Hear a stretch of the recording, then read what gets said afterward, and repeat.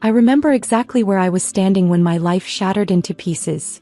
In my parents' pristine living room, clutching my medical reports with trembling hands. Stage 2 breast cancer. I was only 26. We need $300,000 for the complete treatment, I said, my voice barely above a whisper. The insurance only covers part of it. I've saved up $100,000, but I need help with the rest.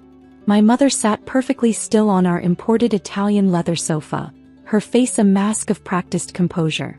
My father stood by the window, his back turned to me. The silence stretched between us like a chasm. "We can't help you right now, Olivia," my mother finally spoke, her voice eerily calm. "Your sister Madison's wedding is in 3 months. We've already committed to paying for everything." I blinked, certain I had misheard. "Mom, this is cancer treatment we're talking about. The doctors said we need to start immediately. Do you have any idea how much we've already spent on the wedding?" My father turned around, his face flushed with irritation. "The venue alone cost $150,000. The flowers are being flown in from Holland. Madison deserves her dream wedding." Deserves. The word hit me like a physical blow. And I don't deserve to live? My voice cracked. "Don't be dramatic," my mother sighed, standing up to adjust a crystal vase of fresh orchids. "There must be cheaper treatment options. Or you could get a loan." "I've already looked into loans. No bank will approve that amount with my current salary." Madison chose that moment to burst through the front door, her arms laden with shopping bags. Her face glowed with the particular happiness of someone who had never faced real hardship. "Mom, I found the perfect Vera Wang dress. It's only $45,000. She froze when she saw my tear-stained face. "Oh, are you still talking about the cancer thing?" "The cancer thing." As if I had announced a minor inconvenience rather than a life-threatening illness. "Madison," I turned to my sister, hoping to find a shred of empathy. "Could we maybe scale back the wedding a little? Just enough to dash." "Absolutely not." She cut me off, dropping her shopping bags. "I've been planning this wedding my entire life. Jason's family is expecting something spectacular. I can't embarrass them with a budget ceremony." I looked between my sister and my parents, these people who shared my blood but somehow couldn't share their humanity. The reality of my situation crashed over me like a wave. "How much is the total wedding budget?" I asked quietly. My father shifted uncomfortably. "Around $400,000. The number hung in the air between us. $400,000 for a single day of celebration, while I needed $200,000 to save my life. "I see," I whispered, gathering my medical papers. "I see exactly where I stand in this family." "Olivia, don't be like that." My mother reached for my arm. "We'll help you figure something out after the wedding." I pulled away from her touch. After the wedding might be too late. That night, I sat in my small apartment, surrounded by medical bills and wedding invitations. The cruel irony wasn't lost on me. My phone buzzed with a text from Madison. "Don't you dare tell Jason's family about your situation. I don't want anything overshadowing my special day." I turned off my phone and opened my laptop. If my family wouldn't help me, I would have to save myself. I had built a small consulting business over the past few years, specializing in corporate restructuring. It wasn't huge, but I had made a name for myself among smaller companies. What my family didn't know was that I had recently been approached by a major investment firm. They wanted to acquire my business and its client list. I had been hesitant to sell, but now, with trembling fingers, I pulled up the email from Sterling Capital Partners. Their offer was still valid. $2.5 million for my company and a position as their senior consultant. I glanced at the medical reports spread across my desk, then at Madison's wedding invitation with its gold leaf embossing and hand calligraphed details. The choice was clear. The next morning, I walked into Sterling Capital's offices and signed the acquisition papers. By afternoon, the money was in my account. I scheduled my first treatment for the following week. I didn't tell my family about the sale or the money. Let them think I had taken out loans or found cheaper options. They were too busy with wedding preparations to ask anyway. The months that followed were a blur of chemotherapy sessions and business meetings. I worked remotely when I could, building my position at Sterling Capital even as the treatment ravaged my body. My hair fell out, my skin turned sallow, but my mind stayed sharp. Madison's wedding was everything she had dreamed of: orchestral music, cascading flowers, ice sculptures, and a bride who looked like she had stepped out of a fairy tale. I sat in the back, wearing a wig and makeup that couldn't quite hide what the chemotherapy had done to me. No one mentioned my cancer during the reception. It would have ruined the perfect atmosphere. After the wedding, my parents and Madison jetted off for a 2-week celebration in the Maldives. I underwent my second round of chemotherapy alone. But something interesting was happening at Sterling Capital. My expertise in corporate restructuring had caught the attention of the senior partners. While my body fought its battle, my career soared. I was given larger clients, more responsibility, more trust. Then one day, exactly 3 years after my diagnosis, I received an interesting email. It was about a company facing bankruptcy, Morrison Industries. My father's company. I leaned back in my chair, a strange smile playing on my lips as I read the detailed report. They needed a miracle, and Sterling Capital was their last hope. The irony was almost poetic. Every major decision would require my signature as the lead consultant. My phone rang. It was my father's number. I let it ring. My father's number flashed on my phone 5 more times that afternoon. Each time I let it ring. I had learned something valuable during my cancer treatment. Timing is everything. Finally, at exactly 5 p.m. I answered. Morrison Industries needs help. My father's voice was strained, missing its usual authoritative tone. Sterling Capital is our last option. I know, I replied calmly, running my fingers over the thick folder on my desk. I'm looking at the file right now. Silence. Then, you work at Sterling Capital? I'm the lead consultant for corporate restructuring. I kept my voice neutral. Actually, I'm the one who'll be handling your case. The sharp intake of breath on the other end told me he understood the implications. Olivia.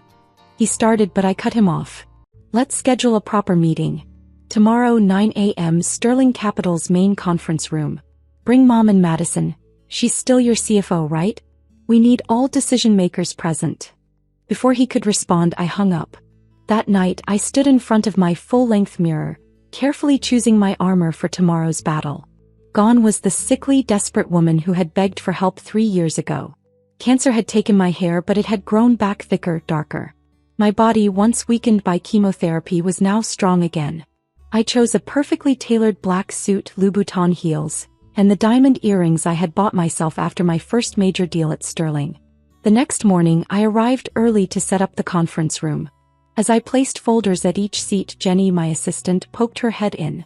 Your family's here, she said, trying to hide her curiosity. I had told her the whole story last night. Your sister's wearing what looks like a year's salary. I smiled. Send them in. They entered like actors on a stage. My father first, then my mother, and finally Madison, all dressed in their designer best. Their expressions shifted from practiced confidence to shock when they saw me. Olivia. Madison's perfectly plucked eyebrows shot up. You're the consultant? Please take a seat. I gestured to the chairs, ignoring her question. We have a lot to discuss. They sat, looking uncertain for the first time in their lives. I remained standing, picking up a remote to lower the presentation screen. Morrison Industries, I began, clicking to the first slide. Founded in 1985, current market value approximately $50 million. However, you're facing debt of $75 million, 3 pending lawsuits, and your stock has dropped 60% in the last quarter. My father shifted uncomfortably. We've had some setbacks, Setbacks? I interrupted, clicking to the next slide. You've been mismanaging this company for years. Madison's department alone has lost $30 million in failed initiatives. Those designer office renovations didn't help either. Madison's face flushed red. How dare you, I dare because that's my job. I cut her off.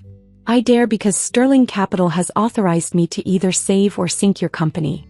Every decision, every dollar of potential investment requires my signature. The room fell silent. My mother, who had been unusually quiet, finally spoke. Sweetheart, we're family. Surely we can Family. I clicked to a new slide. On the screen appeared a medical bill from 3 years ago. Let's talk about family. My father's face went pale. My mother looked away. Madison suddenly became very interested in her manicure. 3 years ago, I needed $200,000 for cancer treatment. You chose to spend $400,000 on a wedding instead. Do you know how I survived? No one answered. I sold my first company, the one you all mocked as a cute little business. It sold for $2.5 million. I let that number sink in. That sale brought me to Sterling Capital. And now here we are. Olivia, my father's voice cracked. We made a mistake. We know that now. But this is our company, our legacy dash. Your legacy? I laughed, but there was no humor in it. Your legacy is choosing flower arrangements over your daughter's life. Your legacy is Madison's $45,000 wedding dress while I sat through chemotherapy alone. I walked around the table slowly, my heels clicking on the hardwood floor. Here's what's going to happen. Sterling Capital is prepared to offer you a rescue package. It would save the company, but with conditions. They leaned forward eagerly. First, both you and Madison resign from all executive positions. I held up my hand as they started to protest. You'll retain symbolic board seats, nothing more. Second, the company will be restructured under new management. My management. You want to take our company? Madison shrieked. No, I corrected her. I want to save it. Which is more than you did for me. I placed 3 contracts on the table. You have until 5 p.m. today to decide. Sign, and Morrison Industries survives under my leadership. Refuse and I'll recommend Sterling Capital let you sink. Your choice. My mother reached for my hand. Please, honey, we can work this out as a family. I pulled away from her touch just like I had 3 years ago in our living room. That's exactly what we're doing. As a family. I straightened my suit jacket. Oh, and Madison, that Hermes bag you're carrying? The real ones have different stitching. You should have consulted me. Authenticating luxury items became something of a specialty during my treatment. All those hours in the hospital gave me time to study. Her face turned scarlet as she tried to hide the counterfeit bag under her chair. I have other meetings to attend.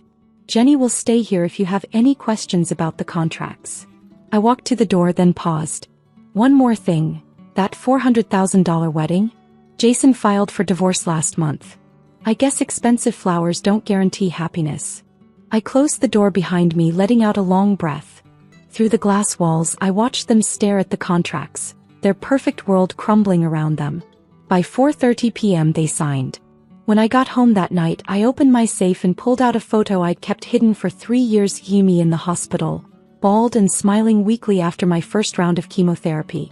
No family members in sight, just my nurse who had kindly offered to take the picture. I poured myself a glass of wine, the expensive kind from my private collection, and made a toast to the scared young woman in that photo. We made it, I whispered. The next morning, Morrison Industries announced its restructuring. The stock rose 15% on the news that I would be taking over. Turns out the market had more faith in me than my family ever did. My father cleaned out his office that weekend. Madison posted a tearful Instagram story about toxic work environments and family betrayal. My mother left 3 voicemails about forgiveness and fresh starts. I let them all go to voicemail. Instead, I focused on rebuilding the company they had nearly destroyed. In the first month, I cut unnecessary expenses, including Madison's $15,000 monthly entertainment budget, streamlined operations, and implemented new growth strategies.